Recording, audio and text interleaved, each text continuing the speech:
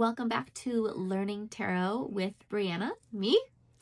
And we were covering the major arcana in the last video. So if this is the first video you're seeing, you're going to want to go start at the beginning of the series. Okay, trust me, every video builds upon the next. You're going to want to start at the beginning. But for those of you guys returning, let's get into the rest of the major arcana cards represent. Okay, so now we have the hangman. Okay, well, it's pretty self-explanatory. He can't move. And maybe you're not supposed to move when this card comes out. Maybe you're supposed to be tuning into your intuition before you make a big decision, okay? Just like he's hung upside down, look, there's gold light around his head. There's like that infinite wisdom that you need to tap into. That's what that card's saying. It's kind of like the Hermit, but it's saying, hold up. Don't make a move. Hold up, okay? Whereas the Hermit's more of just like, it's time to be in solitude for a bit. We have the Death card. This card scares a lot of people, but this really comes out whenever something's ended already in your life and there's energy for a new beginning. So this is good when this comes out because you've already done the hard thing. You've already gone through the phases. You've already gone through the death phase, and it's time to embrace the new beginning, the light. The sun will rise again. So this comes out when there's a big transformation going on in your life. We have temperance, and this card comes out a lot whenever there's healing being had. So this is an angel, right? And the angel, that's like 1 foot in the water, 1 foot on land. And we're pouring the water back and forth. And look, the sun's rising. So it's very symbolic. You have a journey to go on, a healing journey to go on. And angels are with you. They're helping you.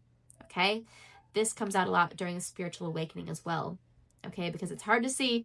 But if you look closely on his little forehead there, he's got like his third eye open. Okay, we have the Devil, and this card comes out whenever we have something that's holding us back from moving forward. It could be an idea, a perspective, a belief, maybe a person, but it's something from the past that we're holding on to, and why. It's time to let it go. And this comes out whenever it's time to realize that you actually do have the power to let it go. We have the Tower card. Okay, ooh, this one scares people, but let me tell you, this is a powerful moment of change when this card comes out. So we have this house, but it was built on a cliff, so it probably wasn't that stable to begin with. But in divine timing, we have this lightning bolt hitting the tower, and that lightning bolt hitting the tower in divine timing has made these two fall out of the tower, okay?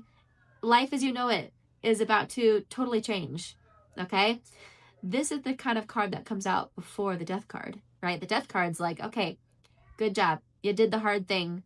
Now the sun's rising once again. You're coming out of the darkness. But this card, this is saying you might be going through something, okay? We have the Star.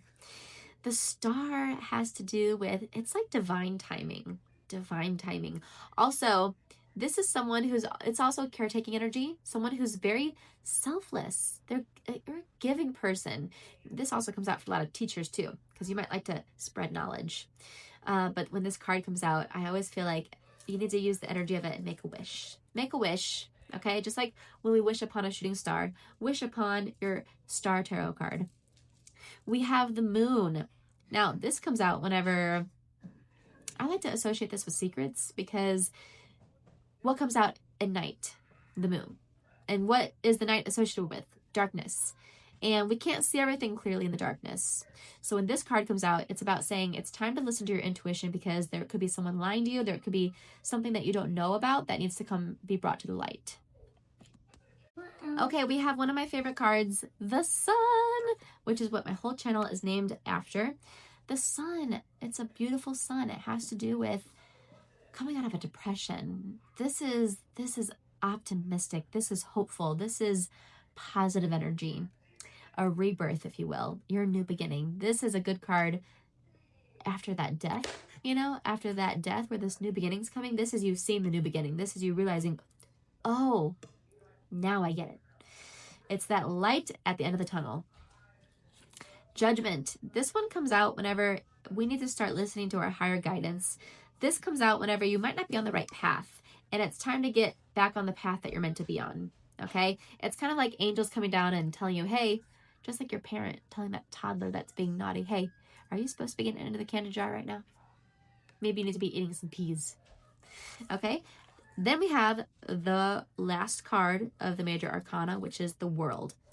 This would be the opposite of the Fool, right? The Fool is like, we're starting this journey and we don't know what's going to happen. We don't really know much about it. The World is saying, the world is your oyster. You've mastered this. You know it all.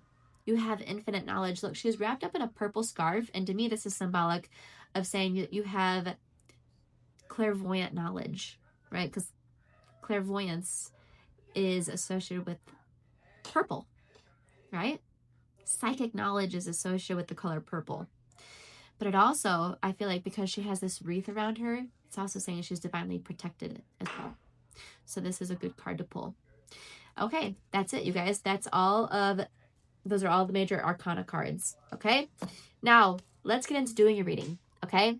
There are different spreads you can do, but when you're learning your deck, when you're learning cards for the first time, I recommend just pulling one card a day until you kind of get familiar with all the different cards, okay? Set your intention and ask Spirit what you need to know for today. Once you master this, you can start doing 3-card spreads. A really popular one is past, present, future, and it's just pulling 3 different cards with the intention that the first card is going to be about your past situation, the middle card is about your present, and then the third card has to do with the future. Okay, so we're going to pull a card, and I'm just going to show you how to read the energy, just starting with the basics. So go ahead and go get your deck. Pause this video, go get your tarot deck if you haven't got one yet. Maybe you should get one. I sell them. I have lots of options in the TikTok shop. But if you do have your deck, go get your deck, okay? And do everything that I mentioned in the other videos, okay? Ground, cleanse, get in the power, because we're going to start reading, okay? Now, shuffling your deck to get a card to come out. Once again, this is an intuitive practice. You can shuffle your deck however many times or however you want to do. Me personally, I like to just shuffle until a card falls out. You don't have to do it that way. You can just shuffle them and split the deck randomly. You can lay them all out and put your hands on top to feel which card is, you're being pulled to. Like I said, it could be magnetic, it could be warmth, it could be tingly. But whatever way you decide to do is up to you. I like to do it, like I said, I like to shuffle until a card falls out. So that's what I'm going to do. I'm going to start shuffling and let a card just kind of fall out, and I'm going to show you how I'm going to read it, okay? So go ahead and get your deck out, and you did this with me. You have your card fall out. Actually, I'm going to use a different deck because I need the whole deck. Okay, so we have my Sun and Soul deck. So I'm just going to start shuffling, and we have the intention of, what do I need to know today? You always need to set your intention, remember? Dear God, please help me give myself the best reading ever. Amen. Okay, just like I said in the other videos, that's how you have to do it. Okay, so now I know this reading is going to be for me, but it's in the hopes to help you as well. Okay, so a few cards came out. Okay, now you can do what you want with that.